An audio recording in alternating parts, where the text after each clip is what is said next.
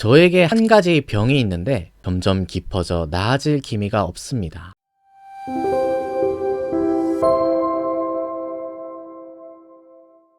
우선 사도세자가 질병이 있었다는 사실은 여러 기록을 통해서도 확인할 수 있습니다. 예를 들어 영조실록엔 이런 기록이 있어요. 사도세자는 타고난 자질이 탁월하여 임금이 매우 사랑했는데 10여 세 이후 점차 학문에 태만하게 되었고 대리청정한 후부터 질병이 생겨 천성을 잃었다. 나중에 사도세자의 아내인 해경궁은 이 대리청정이 사도세자의 모든 비극의 시작이다. 사도세자께서 대리청정을 하면서 만사에 탈이 났으니 내가 대리청정을 원수같이 알았다. 대리라는 글자만 들어도 심장이 떨렸다. 이렇게 적고 있어요. 이거는 아까 실록에서 사관이 했던 말과 똑같죠. 뭔가 이 대리청정 때 사도세자한테 문제가 생긴 겁니다. 당시 사도세자가 대리청정을 시작했던 나이는 15살이에요. 당연히 영조도 아버지로서 세자에게 이런저런 잔소리와 조언들을 해줬을 거예요. 근데 문제는 영조가 이 세자에게 너무 과한 부담을 준 게 아닌가. 영조가 세자에게 이렇게 말을 합니다. 네가 만약 잘하지 못하면 내가 25년 동안 그나마 잘했던 일들도 반드시 너로 인하여 망치게 될 것이다. 이거는 영조가 너무 부담을 많이 주는 게 아닌가요? 나 때문에 아버지의 25년 정치가 망하게 된다는데 얼마나 부담이 컸겠어요. 예를 들어 영조가 사도세자의 대리청정 첫날에 아들이 하는 모습을 지켜보고 이런 훈계의 말을 합니다. 오늘 네가 하는 것을 지켜보니 무엇이든 손쉽게 처리하려는 경향이 있구나. 마땅히 대신들에게 먼저 물어보고 나에게 물어본 뒤에 결정해라. 너 혼자 결정하지 마라. 이렇게 말을 했어요. 근데 영조가 또 이렇게도 말을 했다고 해요. 너에게 대리청정을 시킨 것은 나의 수고를 덜고자 함인데 어찌 번거롭게 모든 일을 꼭 나에게 물어보려고 하느냐. 아니 아까는 물어보고 결정하라고 했잖아요. 그래서 물어봤는데 어떻게 할까요? 물어보면은 영조가 그런 일을 왜 나한테 물어보느냐. 그래서 영조의 이런 이중적인 모습에 대해서 해경궁도 이렇게 회고를 하고 있습니다. 사도세자가 영조께 물어보면은 그만한 일을 혼자 결단하지 못하여 내게 물어보다니 대리시킨 보람이 없다 하시고 또 그래서 물어보지 않고 결정을 하면은 그런 일을 어찌 내게 물어보지도 않고 스스로 결정하냐라고 꾸중했다는 거예요. 물어봐도 뭐라 하고 안 물어봐도 뭐라 하고 대체 뭐 어쩌라는 걸까요? 이런 대사와 장면들이 영화 사도에도 그대로 연출이 되었습니다. 또 당시의 어떤 사안들에 대해서 사도세자가 내리는 결정들이 영조의 눈에는 못마땅한 게 많았나 봐요. 해경궁은 이렇게 말을 합니다. 저리한 일은 이리 했다고 꾸중하고 이리한 일은 저리 했다고 꾸중하며 이 일에도 격노하시고 저 일에도 뜻같지 않다 하시더라. 세자가 어떤 일을 해도 영조의 꾸중을 피할 수가 없었던 거죠. 그래서 이런 상황이 반복되니까 세자가 얼마나 위축되고 두려움을 가지고 또 심적으로 힘들었겠어요. 오죽하면 해경궁이 그 억만가지 잘못된 모든 일들이 다 대리청정 후에 생긴 탈이라고 기록을 하고 있습니다. 이 대리청정과 관련된 일화나 구체적인 사례들은 제가 예전에 정조극장에서 한번 다룬 적이 있거든요. 그래서 좀 더 알고 싶으신 분은 이 대리청정 편을 참조해 주시면 감사하겠습니다. 그래서 아버지의 꾸중을 계속 듣다 보니까 사도세자도 점점 위축되고 이 자신감을 잃기 시작하는데요. 당시의 상황을 해경궁은 이렇게 전합니다. 사도세자께서 한 번 꾸중에 놀라시고 두 번 경로에 근심하시니 우뚝하고 굳센 기품을 가지셨더라도 한 가지 일도 자유롭게 못하시니라. 아무리 의연하고 강한 사람도 이런 상황에 반복돼서 노출되다 보면은 점차 마음이 무너질 수밖에 없겠죠. 참 불행하게도 이런 악순환이 계속 반복돼서 사도세자에게 안 좋은 영향을 미치게 됩니다. 아버지가 따뜻한 정으로 가르치지 않는 것에 대해 사도세자께서 마음을 상하고 화가 나고 두렵고 서운하여 마침내 천성을 잃으시기에 이르렀다. 이게 마음을 다쳤다는 게 중요한 것 같아요. 아버지에게 바랐던 것은 정말 따뜻한 정, 다정한 칭찬 한마디 이런 걸 바랬을 텐데 그렇지 않은 아버지에 대해서 마음을 다치게 되고 이게 바로 사도세자가 정신적인 질환을 갖게 된 원인이다. 이렇게 분석하고 있는 겁니다. 이렇게 대리청정을 하게 되면서 사도세자에게 이상 증세가 하나둘 생기기 시작하는데 그 중에 하나는 천둥번개를 두려워하는 증세가 생겼어요. 대리청정을 할 때 영조가 날씨가 안 좋거나 천재지변이 있으면 세자를 꾸중했다고 하는데요. 기록을 보면은 백성들이 얼어 죽거나 굶주려 죽거나 가뭄 같은 천재지변이라도 있으면 세자에게 덕이 없어서 이렇다라고 꾸중하시더라. 이렇게 날씨 때문에 사도세자가 꾸중 듣는 날이 많다 보니까 점점 날씨에 예민해지기 시작해요. 날씨가 흐리거나 안 좋으면은 또 꾸중을 들을 테니까 점점 두려워하기 시작합니다. 이러므로 세자께서 날이 조금 흐리거나 겨울에 천둥이라도 치면 영조께서 또 무슨 꾸중을 하실까 걱정하며 사사건건 두려워 떨면서 나쁜 생각이 자라났다. 그가 그 천둥 자체가 무섭다기보다는 그 천둥으로 인해서 듣게 될 아버지의 꾸중이 무서운 거예요. 그러니까 천둥을 무서워하게 되었다. 근데 사도세자가 이 천둥에 대한 두려움을 떨치기 위해서 약간 주술적인 방법에 의지하게 됩니다. 옥추경이라고 하는 도교의 경전이 있는데요. 사도세자께서 그 옥추경을 읽고 공부하면 천둥번개의 신을 부릴 수 있다고 하니 읽어보자 하시며 밤마다 읽고 공부했다고 해경궁은 전하고 있어요. 사도세자가 왜 천둥번개의 신을 부리고 싶었을까요? 천둥번개만 치면 아버지한테 꾸중을 듣잖아요. 내가 천둥번개의 신만 마음대로 컨트롤할 수 있게 되면 이제 아버지의 꾸중을 안 들을 수 있게 된다. 그러니까 오죽했으면 사도세자가 이렇게까지 했겠습니까? 근데 참 안타깝게도 사도세자가 이 옥추경을 읽고 나서 더 불안 증세가 심해집니다. 이 옥추경에는 번개를 부리는 뇌성보화천존이 등장하는데요. 이 번개의 신에게 도움을 구하려다가 오히려 이런 귀신에 대해서 더 두려움을 갖게 돼요.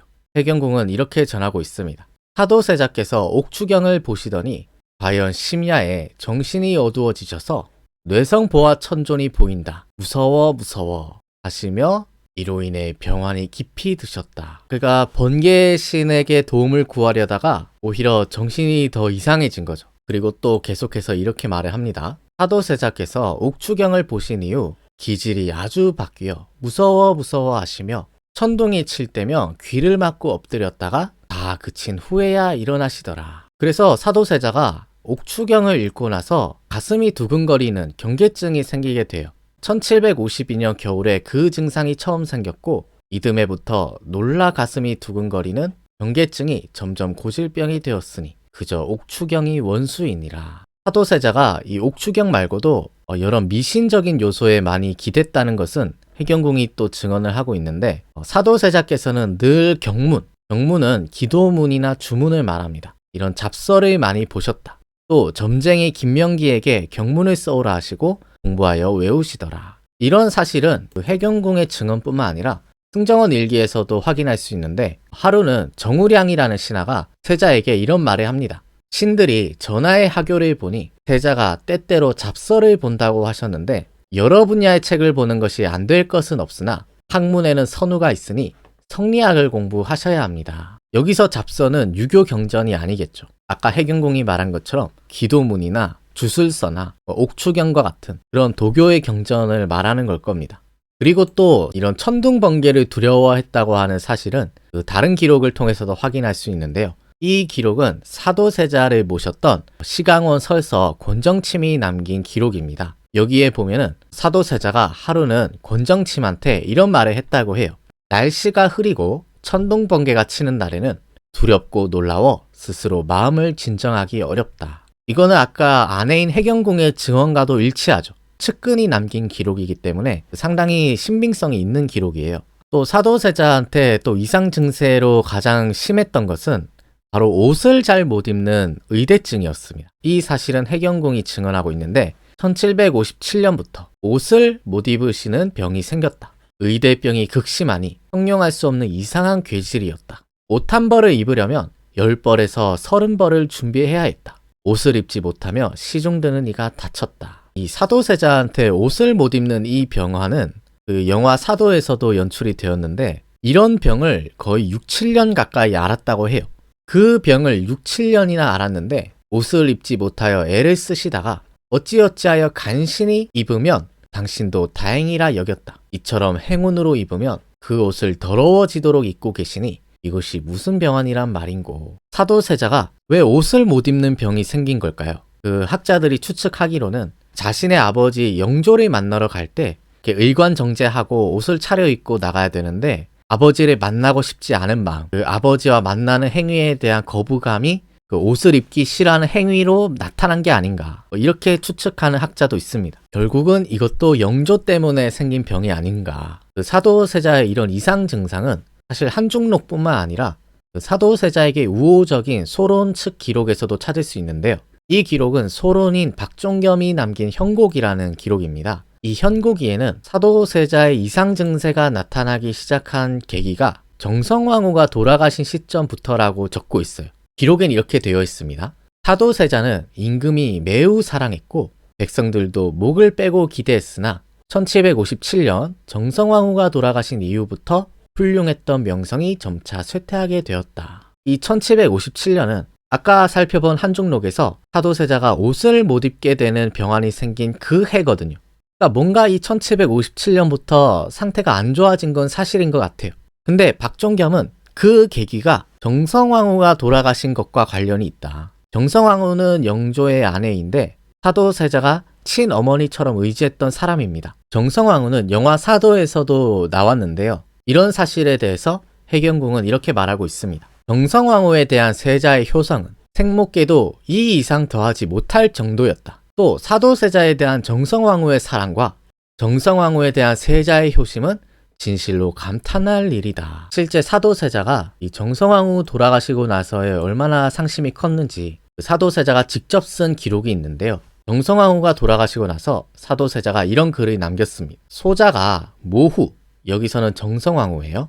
모후의 자애로운 은혜를 갚지도 못했고 추모를 펴지도 못했습니다. 어려서 슬하에서 놀 때부터 아침 저녁 문안 드릴 때까지 제게 해주신 말씀들을 끌어안고 눈물 흘리며 씁니다. 아버지 영조와 다르게 자신을 살뜰하게 보살펴주고 어릴 때부터 사랑해주고 챙겨줬던 그 어머니와 같았던 정성왕후가 죽은 슬픔, 그 사랑에 대한 애틋함이 이 글에 그대로 나타난 것 같아요. 그런 어머니와 같은 사람이니까 사도세자의 상실감이 얼마나 컸겠어요.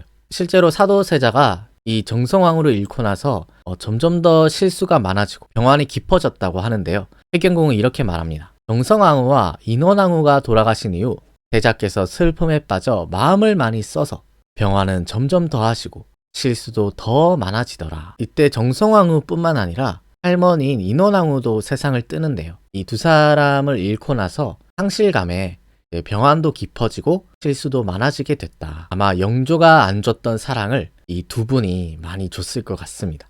그렇게 연달아 상이 나서 사도세자가 정성왕후의 이 빈소를 지키는데요. 문제는 역시 영조였습니다. 영조가 또 몹쓸 짓을 하는데 해경궁이 이렇게 말을 해요. 사도세자께서 5달 동안 정성왕후의 빈소를 지켰는데 영조께서 오실 때마다 꼭 무슨 트집을 잡아 꾸중했다. 영조께서 불같이 화를 내셨는데 사람 많은 곳에서 세자의 허물을 다 드러내시더라. 꼭 올 때마다 무슨 트집을 잡아서 꾸중했다는 거예요. 그것도 사람 많은 곳에서. 그래서 이때의 영조의 꾸중 때문에 사도세자의 상태가 급속히 나빠졌다고 해경궁은 말하고 있습니다. 그때가 6, 7월 더위가 극심한 때였는데 여러 가지로 꾸중을 들으시니 그대로 화와 병환이 더 심해지셨다. 그때부터 옷을 잘 못 입으시는 병이 생겼다. 아까 박종겸이 쓴 현곡기에도 정성왕후가 돌아가신 이후에 훌륭한 명성이 점점 쇠퇴했다고 했잖아요.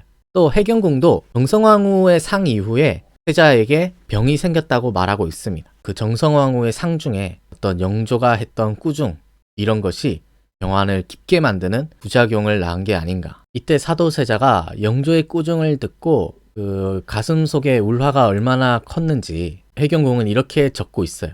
그 해에 가뭄도 있고 영조의 경로가 심하셔서 세자께 엄중한 하교를 많이 내리시더라. 세자께서 그날 밤 정성왕후의 혼전을 바라보며 울부짖으며 죽으려 하시던 일을 어찌 적으리요. 실제로 사도세자가 영조의 꾸중을 듣고 나서 몇 번 자살 시도를 합니다. 기록을 보며 우물에 투신을 하려고 했다고 해요. 오죽했으면 그 보고 싶은 정성왕후의 혼전을 보면서 울부짖으면서 차라리 살고 싶지 않다. 이게 너무나 저는 슬프더라고요. 결국 이 사도세자 이상 증세의 원인은 사실 영조의 잘못이 가장 크겠죠. 그 부분은 아내인 해경궁도 이렇게 증언하고 있어요. 세자의 병환 증세는 종이에 물이 젖는 듯 퍼져서 문안 인사도 점차 줄고 공부도 일정하지 못했다. 마음병으로 오랫동안 신음하는 일이 잦아 병으로 망가진 모양이 되셨다. 이 사도세자에게 질병이 있었다는 사실은 사도세자 본인 스스로도 인정한 사실이에요. 사도세자가 자신의 장인인 홍봉안에게 보낸 편지가 있는데 그 편지에서 세자가 이렇게 말을 합니다. 저에게 한 가지 병이 있는데 점점 깊어져 나아질 기미가 없습니다. 그래서 다음 시간에는 사도세자에게 있었던 이 정신적인 질병, 이상 증세 중에서 가장 심각했던 문제인 사람을 죽이는 이런 살인 행위, 이런 부분들을 한번 사료를 통해 살펴보겠는데요. 해경궁의 기록 말고 사도세자에게 우호적인 사람들의 기록도 같이 보면서 한번 살펴보겠습니다. 네, 오늘은 여기서 마치겠습니다. 긴 시간 시청해 주셔서 고맙습니다.